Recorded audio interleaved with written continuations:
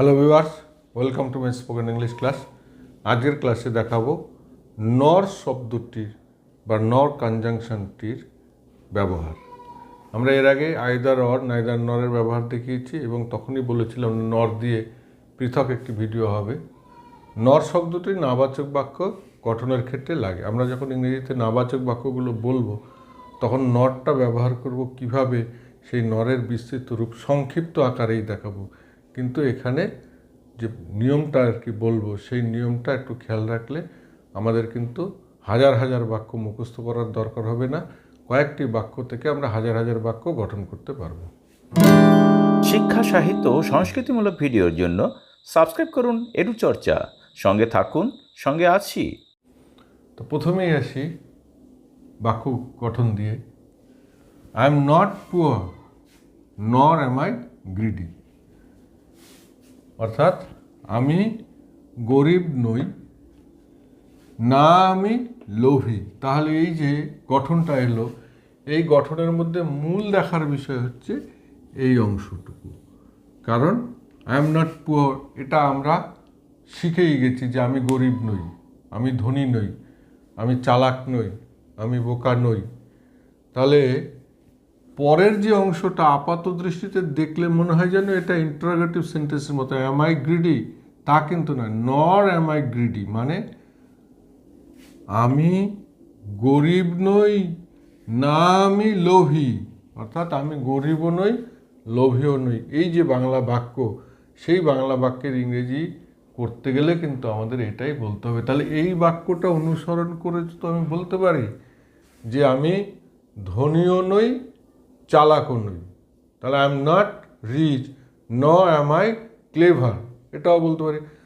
দেখতে হবে কি এইখানে কি ভার্ব ব্যবহার করেছি, অর্থাৎ এই যে মেইন ক্লজ যেটা থাকবে, সেই মেইন ক্লজটাতে যে ধরনের ভার্ব ব্যবহার করব, নর দিয়ে সেই ধরনের ভার্বটা ব্যবহার করে আমরা সাবজেক্টটা দেব।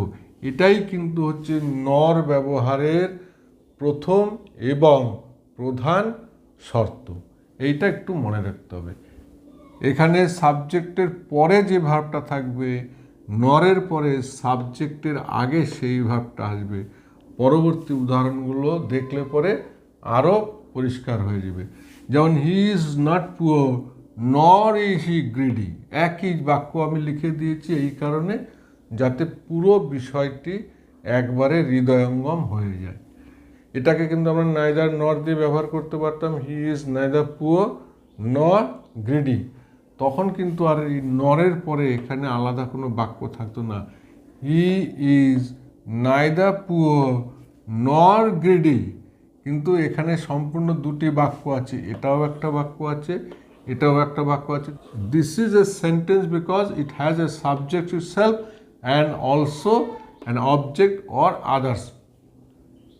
তাহলে আমরা নর কথাটা ব্যবহার করছি নাইদার ছাড়া, কিন্তু মনে রাখতে হবে এই বাক্যটা কিন্তু negative.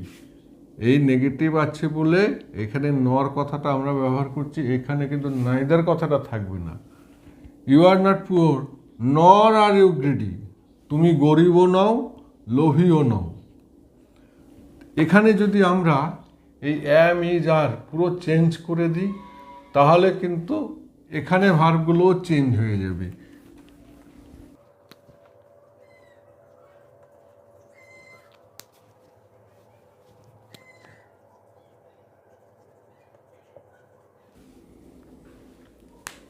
I was not poor, nor was I greedy. He was not poor, nor was he greedy. You were not poor, nor were you greedy. অর্থাৎ এটা অতীতকাল হয়ে গেল। আমি গরিব ছিলাম না, লোভীও ছিলাম না। সে গরিব ছিল না, লোভীও ছিল না। তুমি গরিব ছিলে না, লোভীও ছিলে না। অর্থাৎ তুমি না গরিব ছিলে, না লোভী ছিলে। এই ভার্বটা এবার চেঞ্জ করে অন্য ভার্ব দিয়েছি। আই হ্যাভ নো ফ্রেন্ড, আমার কোনো বন্ধু নেই। নর হ্যাভ আই এনি ফো, আমার কোনো শত্রুও নেই। তার মানে আমার না বন্ধু আছে, না শত্রু আছে। তাহলে আই হ্যাভ নো ফ্রেন্ড নর হ্যাভ আই এনি ফো। তাহলে এখানে যেহেতু হ্যাভ দিয়েছি, এখানে কর্তার আগে কিন্তু সেই হ্যাভটা চলে এসছে। এইবার নাবাচক বাক্য হচ্ছে আই হ্যাভ নো ফ্রেন্ড, এটা তো আমরা এইভাবেও লিখতে পারতাম, I have not any friend. অথবা I do not have any friend. Do not যদি দিতাম তাহলেও এখানে হ্যাভের আগে ডু কথাটা চলে আসতো। তাহলে আই হ্যাভ নো ফ্রেন্ড নর have I any friend, I have not any friend নর হ্যাভ আই এনি ফো। হি হ্যাজ নো ফ্রেন্ড নর হ্যাজ এনি ফো, মানে তার বন্ধুও নেই শত্রুও নেই। ইউ হ্যাভ নো ফ্রেন্ড নর হ্যাভ ইউ এনি ফো, তোমার বন্ধুও নেই শত্রুও নেই। তাহলে এখানে যদি আবার তেমনি ভার্বটা যদি চেঞ্জ করে দিতাম, আই হ্যাড নো ফ্রেন্ড, আমার কোনো বন্ধু ছিল না, নর হ্যাড আই এনি ফো, আমার কোনো শত্রুও ছিল না। হি হ্যাড নো ফ্রেন্ড নর হ্যাড হি এনি ফ্রেন্ড, হ্যাডটাই এখানে ডট ডট দিলাম।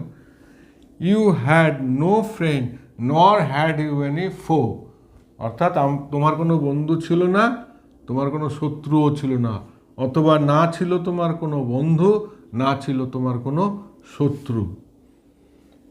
এবার এইখানে অন্য ভাব দিয়েছি কি, সেটা হচ্ছে অ্যাকশন ভাব।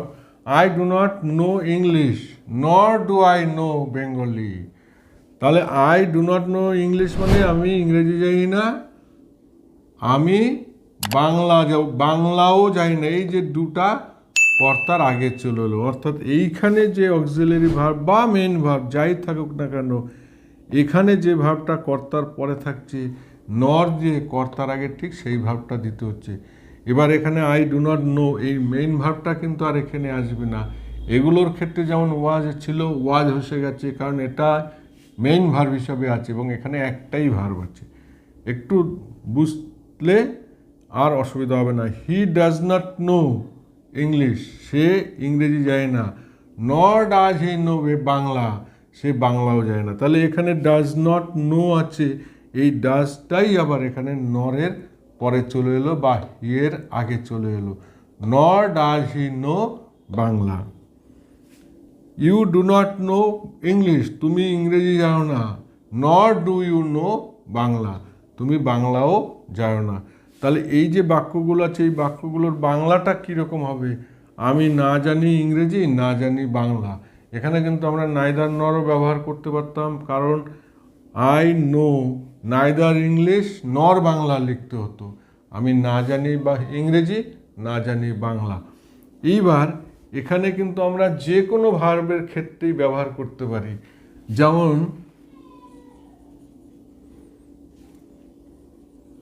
I cannot be poor nor can I be greedy, আমি গরিবও হতে পারি না, আমি লোভীও হতে পারি না। তাহলে এখানে I cannot be poor nor can I be greedy, আমি গরিবও হতে পারি না, লোভীও হতে পারি না। প্রত্যেকটা ক্ষেত্রেই কিন্তু আমরা এটা ব্যবহার করতে পারি। এবার এখানে যদি ক্যানের বদলে যদি কুড দিতাম, তাহলেও এখানে আবার কুডটা চলে আসতো। I could not be poor nor could I be greedy, অর্থাৎ এখানে যে জিনিসটা আমরা একটু দেখলাম একই। He can not be poor nor can he be greedy, you can not be poor nor can you be greedy. এখানে যদি আমরা ডিড ব্যবহার করতাম, তাহলে এখানেও কিন্তু আমার ডিডটা চলে আসতো বা আসবে।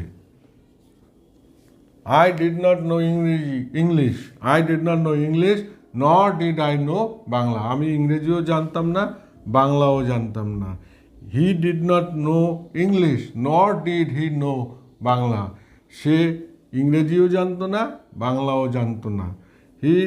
You did not know English nor did you know Bangla, তুমি ইংরেজিও জানতে না, বাংলাও জানতে না, এখন তুমি সবই জানো। তাহলে এখানে যে ভার্বটা দিলাম নরের পরে ঠিক সেই ভার্বটা দিয়েই কিন্তু বাক্যটা গঠন হবে। Only one thing you have to remember that this sentence is not interrogative.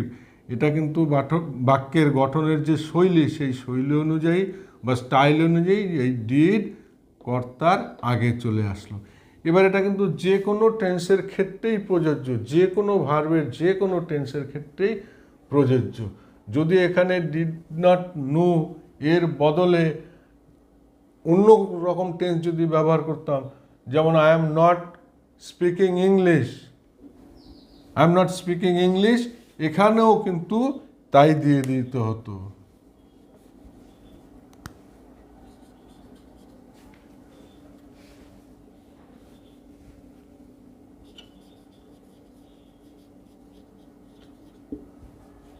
nor am I speaking Bangla. I am not speaking English, nor am I speaking Bangla. আমি ইংরেজিও বলছি না, বাংলাও বলছি না। এবং এখানে মনে রাখতে হবে নাইদার কথাটা কিন্তু দেওয়া হয়নি, এখানে প্লেন যে নট বা নর্থক যে বাক্যগুলো আমরা ব্যবহার করি, নেগেটিভ সেন্টেন্স যেগুলো ব্যবহার করি, সেই নেগেটিভ সেন্টেন্স তারপরে নর দিয়ে কিন্তু বাক্যের গঠনটা এইরকম হবে। এইগুলো নরের আমি খুব সংক্ষেপে ব্যবহার দেখালাম। এরপরে আমি নর দিয়ে সব ধরনের ভার্বের, সব ধরনের সাবজেক্ট নিয়ে, সব ধরনের টেন্সের বাক্য গঠন করে দেখাবো। সেই ভিডিও দেখার আমন্ত্রণ জানিয়ে শেষ করছি। দেখা হবে পরের ভিডিওতে। Thank you very much for watching this video, and also request you to watch the coming videos to be uploaded in this channel. Thank you very much.